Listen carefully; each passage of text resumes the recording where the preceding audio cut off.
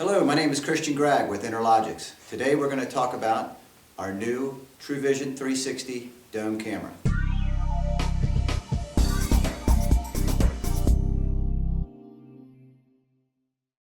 The camera comes in a 3 megapixel and a 6 megapixel option.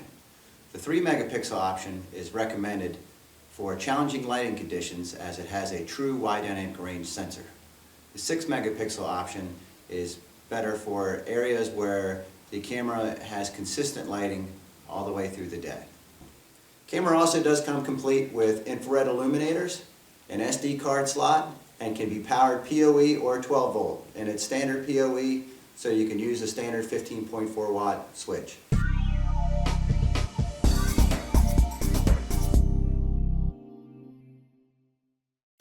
Okay, so let's go over the mounting options for the new TrueVision 360 dome camera. First one here on my left is the cup base adapter. This adapter is designed to marry to either our gooseneck wall mount or our pennant mount adapters. Next mount I have here on the table is our surface mount adapter. And the surface mount adapter does come with a conduit bump out, so you can marry the conduit directly into the side of the adapter. Lastly, we have the wall mount adapter. The wall mount adapter also comes with a conduit bump out, and it's designed to be surface mounted to a wall, but as you can see there's also an angle here. So you can mount the camera a little higher up on the wall and it will still give you that optimum viewing.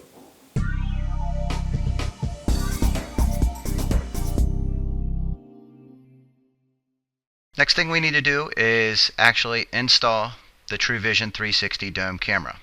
So the first thing I need to do is actually utilize my device finder and go out and find the camera on the network. When I double click on the device finder, this little pop-up box will come up and I'll just press start. It's going to go out in the network and it's going to find all of the TrueVision devices that are on the network. As you can see, I have a NVR already on the network, as well as a couple of standard cameras in our product offering. So now I want to change the IP address of the TVF3104, which is our 6 megapixel fisheye camera. So when I come in here, every one of our cameras out of the box comes in at a default address of 192.168.1.70. So the first thing I want to do is make a change to that, and I want to add that in as device 104.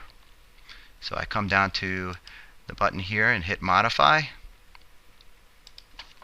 I come in and I make the change, and then I also have to put in the default password, which I have not changed, which I certainly recommend you do. Out of the box it's 1234. So I hit the save button.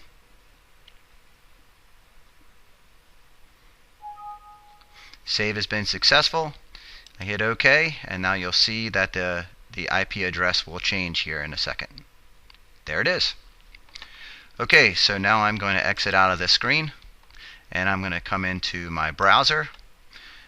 We can use multiple browsers with this. You have the Internet Explorer and also Google Chrome.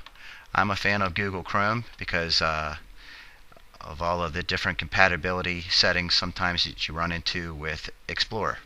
So if I come into Google Chrome, I'm going to type in the IP address of the camera, 168.1.104. There it is. And I hit enter. And then I need to put in my administrative passwords. So it's admin1234. I log into the camera. This is something new with our cameras, and I think it's very important. You should. It is recommended to change the default passwords of the cameras for security purposes. Because this is a demo, I'm just going to hit OK. Move on.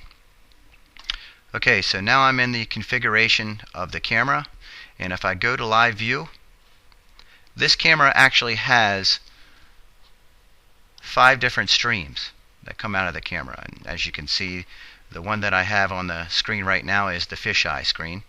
So this is just a fisheye lens giving you the broad view of this whole room. So our second stream on the camera is the panoramic stream, And in the panoramic stream, I'm essentially giving you a 180-degree view of one side of the room and a 180-degree of the other side of the room stacked on top of each other. The other three streams that come from the camera are what we call our PTZ, or our zoom zones within the fisheye.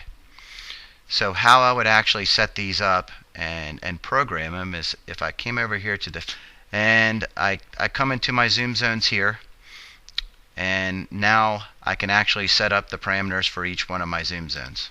So camera number 1, if I wanted to move that to a different part of the screen, I could. And then once I'm set in the camera, I can zoom in on the camera or zoom out on the camera settings to set that particular video view. And then of course I can come in on camera 3, camera 2, and all I'm doing is moving it around within the field of view of the camera itself. Now we do have the ability to go into presets for these cameras and also into actual a pan tilt tour, if you will, but today I'm just going to go over the basics of the camera. So once I set up all of that, I've got my panoramic view set, my fisheye view, and my 3 different zoom zones.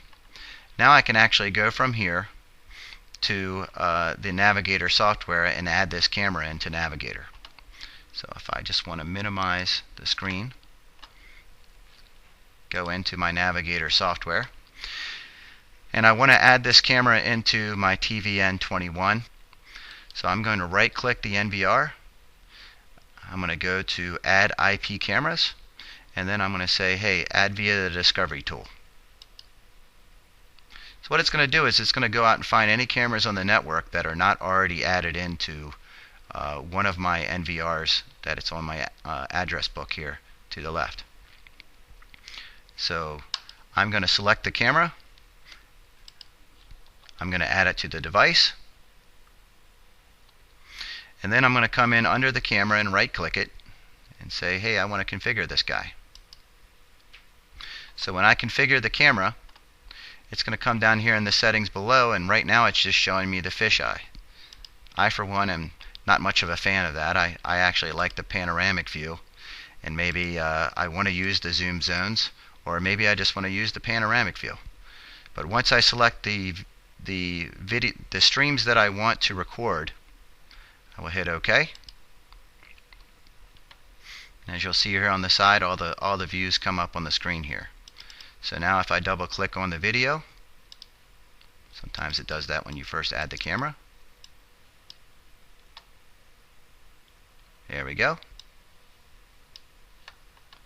There we go. And there's our panoramic view.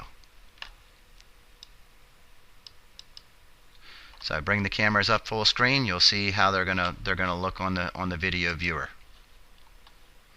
Now, once we have the cameras, the actual video streams within Navigator, we can now right click on any of the cameras, go into our record settings,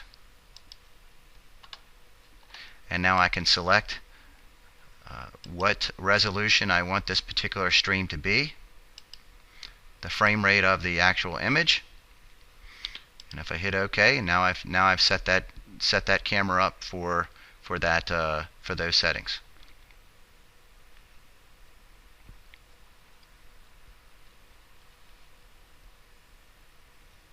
Okay.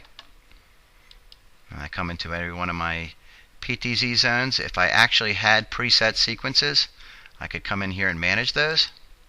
But today, I'm just going to come in and actually set up the resolution for the actual cameras themselves and the frame rates.